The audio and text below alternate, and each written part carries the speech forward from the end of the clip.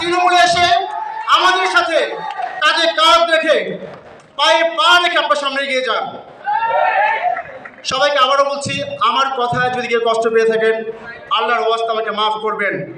ইনকিলাব জিন্দাবাদ, বনানী থানা জাতীয় নাগরিক পার্টি জিন্দাবাদ, ঢাকা মহানগর উত্তর জিন্দাবাদ। সব শেষে বলছি ইনকিলাব জিন্দাবাদ। এই জাতীয় নাগরিক পার্টি আমি হৃদয় দিয়ে ধারণ করি। আমার মতো শত শত হাজার হাজার যুবক আছে নাগরিক পার্টিকে হৃদয় দিয়ে ধারণ করে, কিন্তু আমরা আমাদের নির্দিষ্ট লাইনে নেতৃবৃন্দের সঠিক গাইডলাইন আমরা এখনো পাচ্ছি না।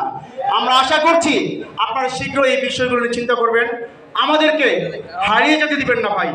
আল্লাহ হাফেজ। ইনকিলাব জিন্দাবাদ।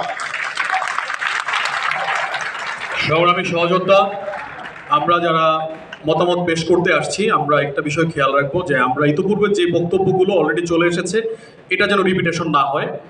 আর এখন আমরা বক্তব্য দেওয়ার ক্ষেত্রে খুবই প্রিসাইজলি সংক্ষিপ্ত বক্তব্য দিব, আমাদের সময় একেবারেই সংক্ষিপ্ত।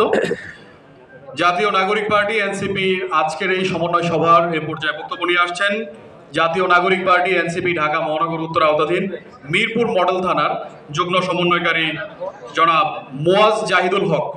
বক্তব্য নিয়ে আসছেন জনাব মোয়াজ জাহিদুল হক।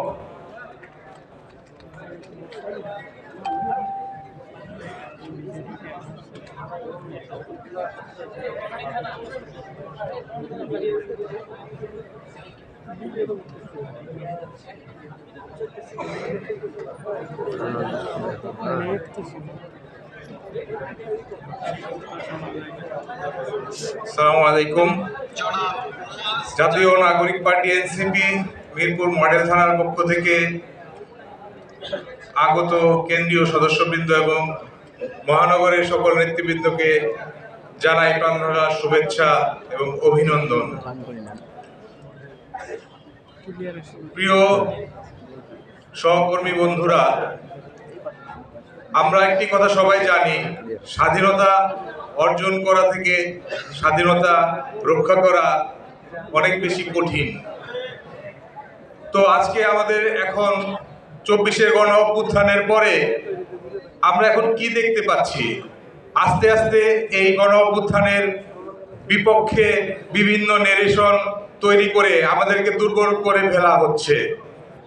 তো আমরা আবার আমাদের নিজেদের মধ্যে সাংগঠনিকভাবে বিভিন্ন রকমের প্রতিবন্ধকতা উপলব্ধি করছি, তৃণমূল পর্যায় থেকে কেন্দ্রীয় পর্যায় পর্যন্ত, যেগুলো বিভিন্ন সমন্বয়কারী বিভিন্ন থানার বলে গেল, আমরাও সেগুলো ফাইন্ড আউট করেছি।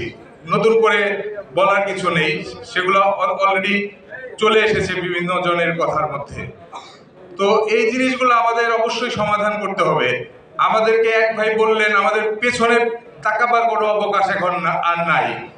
আমরা অভ্যুত্থানে নেমেছিলাম জীবন বাজি রেখে। আমি ব্যক্তিগতভাবে প্রতিদিন রাতে নফল নামাজ পড়ে আল্লাহর কাছে দোয়া করে দুনিয়া থেকে বিদায় নিয়ে রাজপথে নেমেছিলাম। হ্যাঁ, আল্লাহ আমাকে বাঁচিয়ে রেখেছে। আমি মারা যেতে পারতাম, আমার আরেক ভাই মারা গিয়েছেন, কিন্তু সেই স্পিরিট এখনো ধারণ করি। আমি মনে করি এখানে যারা আছেন মোটামুটি 95